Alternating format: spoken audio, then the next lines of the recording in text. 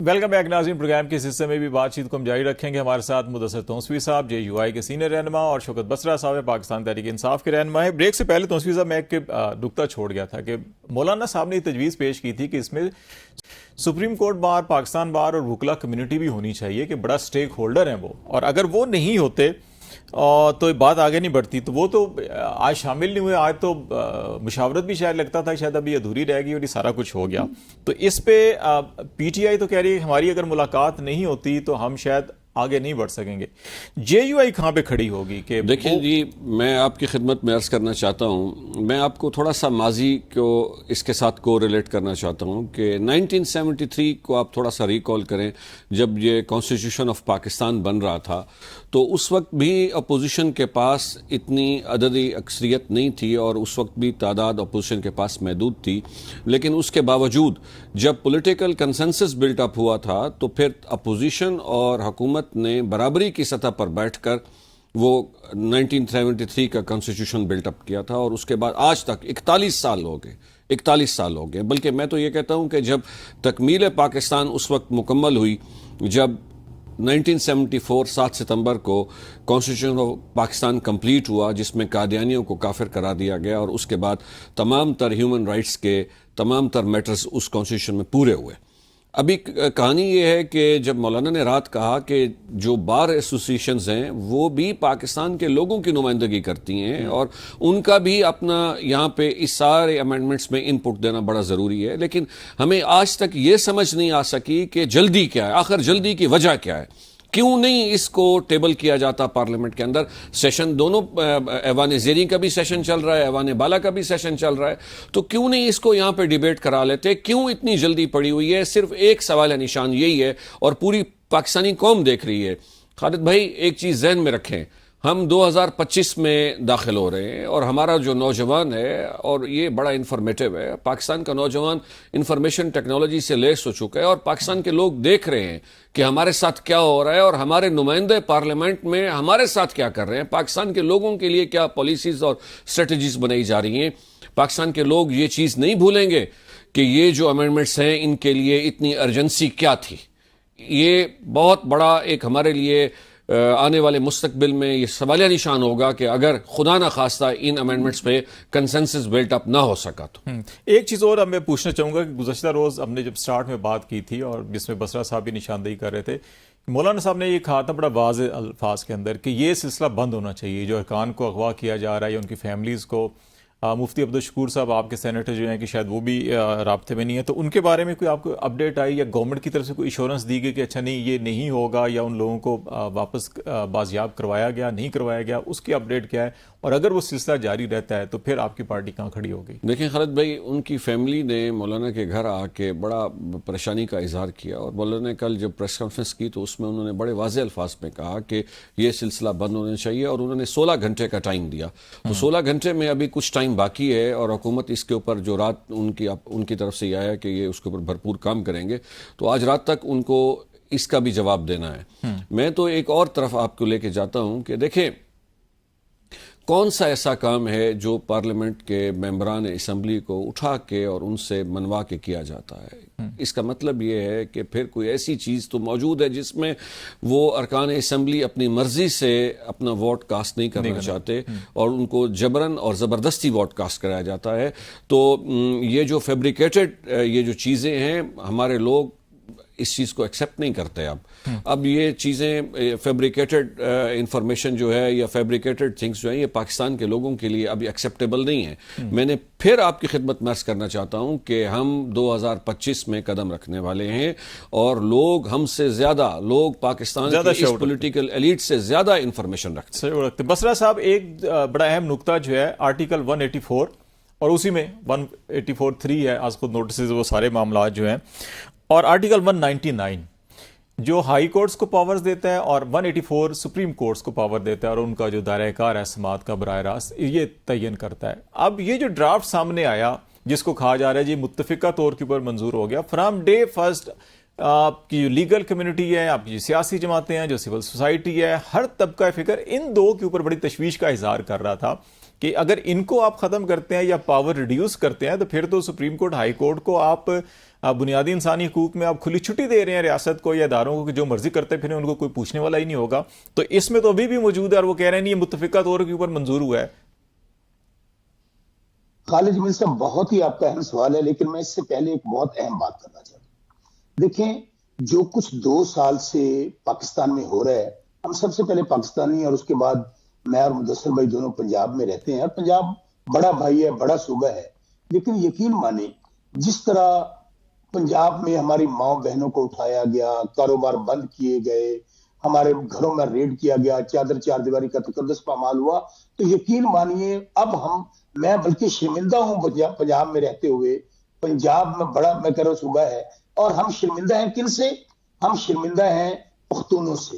ہم شرمندہ ہیں بلوچوں سے، ہم شرمندہ ہیں ان بنگالیوں سے، اور ہم شرمندہ ہیں مہاجروں سے کہ وہ بالکل درست کہتے تھے کہ یار یہاں پر جو کچھ ہمارے ساتھ ہو رہا ہے اگر آپ کے ساتھ ہو تو آپ کی عقل ٹھکانے آئے گی اور رونگٹے کھڑے ہو نہیں، سندھی قوم پرستوں کے ساتھ بھی بہت محبت کی ہے ہم نے ہمیشہ ماضی میں.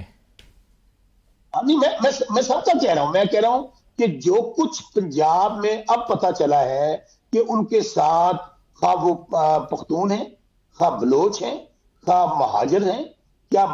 آپ کے سندھی قوم پرست ہیں، کہ جو ظلم جبر کی وہ داستانیں بیان کرتے تھے کہ میرے باپ کو اٹھا لیا، میرے بیٹے کو اٹھا لیا، میری بیٹی غائب ہو گئی، جب یہ آگ ہمارے گھر میں پہنچی ہے پنجاب کے اندر، تو آج میں معافی مانگتا ہوں آپ کے چینل کے ذریعے ان تمام بلوچوں سے، پٹھانوں سے، مہاجروں سے، سندھی قوم پرستوں سے اور ان بنگالیوں سے جو 1971 میں ہم سے اسی باتوں پہ الگ ہو گئے. اب میں آپ کی بات پہ آتا ہوں.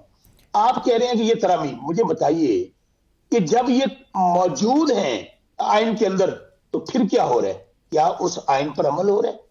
کیا آئین کا جنازہ بسرا نہیں صاحب نکال دیا کہیں گیا؟ نہ کہیں امید تو ہوتی ہے نا مجھے اور آپ کو. دیکھیں میں بھی انہیں آرٹیکل کا سہارا لے کے رہا ہوا، آپ کے بے شمار لوگ جو ہیں کہ انہیں آرٹیکل کا سہارا لے کے آج بھی ہائی کورٹ سپریم کورٹ میں کئی کیسز ہیں جو سماعت ہو رہی ہے، ججز فیصلے دے رہے ہیں، عمل نہیں ہو رہا الگ بات ہے، لیکن بہت سی جگہوں کے اوپر ریلیف تو مل رہا ہے نا، امید تو ہوتی ہے. ایک 5 منٹ 2 منٹ لینا چاہتا ہوں. مدثر بھائی ایک بات کرنے دیجیے. خالد بھائی آپ درست بات کہہ رہے ہیں. میں پھر کہہ رہا ہوں کہ وہ راستہ بھی بند کرنا چاہتا ہے یہ رجیم، کیونکہ ڈسکریڈٹ ہو گئے ہیں تمام کے تمام سیاستدان اور یہ تمام سیاسی جماعتیں. الحمدللہ عمران خان پاکستان ہے، اور اب یہ چاہتے ہیں کہ جو تھوڑا بہت یہ جو ریلیف ملتا ہے تمام راستے بند کر دیا جائیں، خوف سے، دہشت سے، غنڈہ گردی سے، بندوق کے زور پہ ہر زبان بند کرا دی جائے، کیونکہ یہ فارم 47 کی حکومت ہے، یہ جعلی نظام ہے. اب یہ 2024 بالکل مدثر بھائی نے صحیح کہا کہ 2024-25 میں آج بھی جب ایک پاکستان بدل چکا ہے، پاکستان کا نوجوان آج بھی ہم 60 کی اور 80 کی دہائی کے اقدامات اٹھا رہے ہیں. 2024-25 70-80 میں بھی شاید 70-80 میں بھی یہ نہیں ہوتا ہوگا، 70-80 میں بھی یہ نہیں ہوا ہوگا. میں نے بڑے مارشل لا کے ادوار دیکھے ہیں، میں نے ضیاء کا مارشل لا دیکھا ہے، میں نے مشرف کا مارشل لا دیکھا ہے، لیکن اس طرح کہ آپ جس کو مرضی کسی کے گھر میں داخل ہو جائیں، اس کی ماں کو اٹھا لیں، اس کی بہن کو اٹھا لیں، اس کی بیٹی کو اٹھا لیں. چلے ذرا لیگل کانسٹیٹیوشنل پوائنٹ کی طرف آتے ہیں. ذرا یہ خواجہ صاحب بھی جو ہے 184 199 کے اوپر کچھ بات کرنا چاہ رہے ہیں، تو پھر بات کو آگے بڑھاتے ہیں. خواجہ صاحب جی خالد بھائی، میں تو ایک اور بات کرنا چاہ رہا ہوں آپ سے کہ اس وقت جیسے شوکت بسرا صاحب ہمارے بھائی ہیں، انہوں نے ایک بات کی ہے کہ جناب ہم نے سندھ کو، بلوچستان کو، خیبر پختونخوا کو اور پنجاب کو، یہ جو سارے ہم نے ان کے ساتھ، پنجاب بڑا بھائی ہے، ان کے ساتھ رواداری کی ہے. یہ میں ایک عرض کرنا چاہتا ہوں، اس وقت کیوں نہیں آپ لوگ اس چیز کو، اور یہ آپ لوگوں کا کام ہے، آپ لوگ اس کو ہائی لائٹ کرتے ہیں کہ اس وقت سینٹ نامکمل ہے. سینٹ کا جو پورا الیکٹرول ہے وہ اس وقت نامکمل ہے. ایک صوبے نے اپنی نمائندگی ہی نہیں بھیجی. سینٹ کا الیکشن کے پی کے میں نہیں ہوا، تو اس کے جب آپ کا ایوان بالا نامکمل ہے اور نامکمل ہاؤس کی بنیاد پہ آپ کانسٹیٹیوشنل امینڈمنٹ کرنے جا رہے ہیں، اس کو آپ کس ایکسپیکٹ میں دیکھتے ہیں؟ اور یہ تو دیکھیں کتنا ویلڈ ہوگا کانسٹیٹیوشنلی کہ جب ایک ایوان مکمل نہیں ہے، نمبر 1، اور نمبر 2 اگر ضمیر کے نام کے اوپر اگر اغوا کر کے لوگ پورے کر کے اب کریں گے تو یہ تو الٹیمیٹلی تو جا کے سپریم کورٹ میں چیزیں چیلنج ہونی ہے. تو کیا وہاں پہ یہ ساری چیزیں سٹینڈ کر پائیں گی؟ دیکھیں، ایک آپ کا پاکستان جو ہے وہ ایک فیڈریشن کی علامت ہے، اور اس وقت جو ہر صوبہ ہے وہ اس کی ایک بنیادی اکائی ہے اس فیڈریشن کی، اور ایک صوبے کی ریپرزنٹیشن ہی نہیں ہے. جب ایک صوبے کی ریپرزنٹیشن ہی نہیں ہے تو وہ ہر شکل میں اور ہر سٹیج کے اوپر سپریم کورٹ میں چیلنج ہوگی. تو آپ وہ چیز کرنے ہی کیوں جا رہے ہیں جس نے الٹیمیٹلی آ کے ایک ٹائم کے اوپر اس نے ختم ہونا ہے. ایک چیز اور بڑی اہم ہے, یہ میرا سوال قائد صاحب آپ سے بھی اور بسرا صاحب اس پہ آپ بھی, کیونکہ آپ وکالت کے ساتھ بھی وابستہ ہیں, ضرور بات کیجئے. 191A یہ جو آئینی بینچ ہوگا, اب اس ڈرافٹ کے اندر جو گورنمنٹ کا پہلا ڈرافٹ تھا اس میں تھا فیڈرل کانسٹیٹیوشنل کوڈ, پھر اس سے وہ ون سٹیپ بیک ہوئے اور کہا جی کہ کانسٹیٹیوشنل ڈویژن, اب اس کو کانسٹیٹیوشنل بینچ لکھ دیا گیا. تو بات وہاں پہ آ گئی ہے جہاں پہ جے یو آئی کا یا پی ٹی آئی کا موقف تھا, وہاں تک آ گئی. لیکن اس بینچ کی جو تشکیل ہے وہ ٹائم ٹو ٹائم ہوگا اور وہ فیصلہ جوڈیشل کمیشن آف پاکستان کرے گا, جس میں چیف جسٹس اور 4 سینئر موسٹ ججز, ایک ریٹائرڈ جج, لا منسٹر, اٹارنی جنرل, ایک وکیل اور 4 ارکان پارلیمنٹ, 2 سینٹ سے اور 2 قومی اسمبلی سے ہوں گے. کیا یہ براہ راست عدلیہ کے اندر اس کے جو ڈے ٹو ڈے بزنس ہے اس کے اندر مداخلت نہیں ہو جائے گی؟ کل اگر عدلیہ یہ کہے گی کہ میں نے آپ کا ایجنڈا میں نے طے کرنا ہے کہ اچھا جی کون قرارداد پیش کرے گا, کون نہیں کرے گا, یا کون سینٹ یا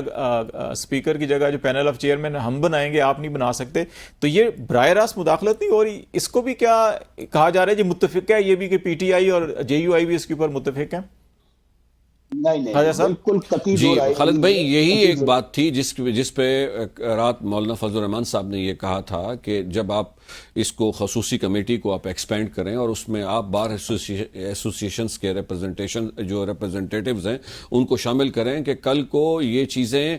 بار ایسوسیشنز نے ہائی لائٹ کرنی ہیں اور انہوں نے اس کے اگینسٹ جانا ہے, تو ان کا ان پٹ لینا اس خصوصی کمیٹی میں بڑا ضروری ہے. تو وہ نہیں لیا گیا اور یہ چیزیں ultimately at the end of the day یہ چیزیں سامنے آئیں گی اور ان چیزوں کے بہت ساری ریپرکشنز جو ہیں وہ پاکستان کے لوگوں کو فیس کرنی پڑیں گی. اور یہ آپ دیکھ لیجئے گا کہ میں آپ کے پروگرام میں آنے سے کچھ دیر پہلے بار ایسوسیشنز کے کچھ ریپرزنٹیٹیوز کی گفتگو سن رہا تھا. انہوں نے کہا ایک دفعہ یہ چیزیں سامنے آنے دیں, اس کے بعد ہم اپنا لاہمل اور اپنا موقف سامنے پیش کریں گے پاکستانی قوم کو. تو یہ چیزیں الٹیمیٹلی جو ہیں یہ آپ کے سامنے آنی ہیں اور ان تمام چیزوں نے ایک ٹائم کے اوپر سپریم کورٹ میں چیلنج ہو جانا ہے. بسرا صاحب یہی سوال آپ سے تھا, میں ایک بریک لے لیتا ہوں, چھوٹی سی بریک ہے, بریک کے بعد واپس آتے ہیں تو ناظرین یہیں سے آگے بڑھائیں گے. اور پھر جو پاکستان تحریک انصاف نے ملک گیر احتجاج کی کال دی تھی اور اس کال کو کس طرح سے ہینڈل کیا گیا, یا کیا ہوا کیا نہیں ہوا, اور آگے کیا ہو سکتا ہے ممکنہ طور کے اوپر, کیونکہ یہی 2 جماعتیں ہیں جے یو آئی اور پی ٹی آئی جو اس وقت ریزسٹ کر رہی ہیں اور ایک اتفاق رائے کے نتیجے کے اندر کچھ کانسٹیٹیوشنل امینڈمنٹ کرنا چاہ رہی ہیں, لیکن ایسا ہو نہیں رہا. تو اس کے بعد پھر احتجاج ہوگا یا کیا ہوگا, اس کے اوپر بات کریں گے, ہمارے ساتھ رہے گا.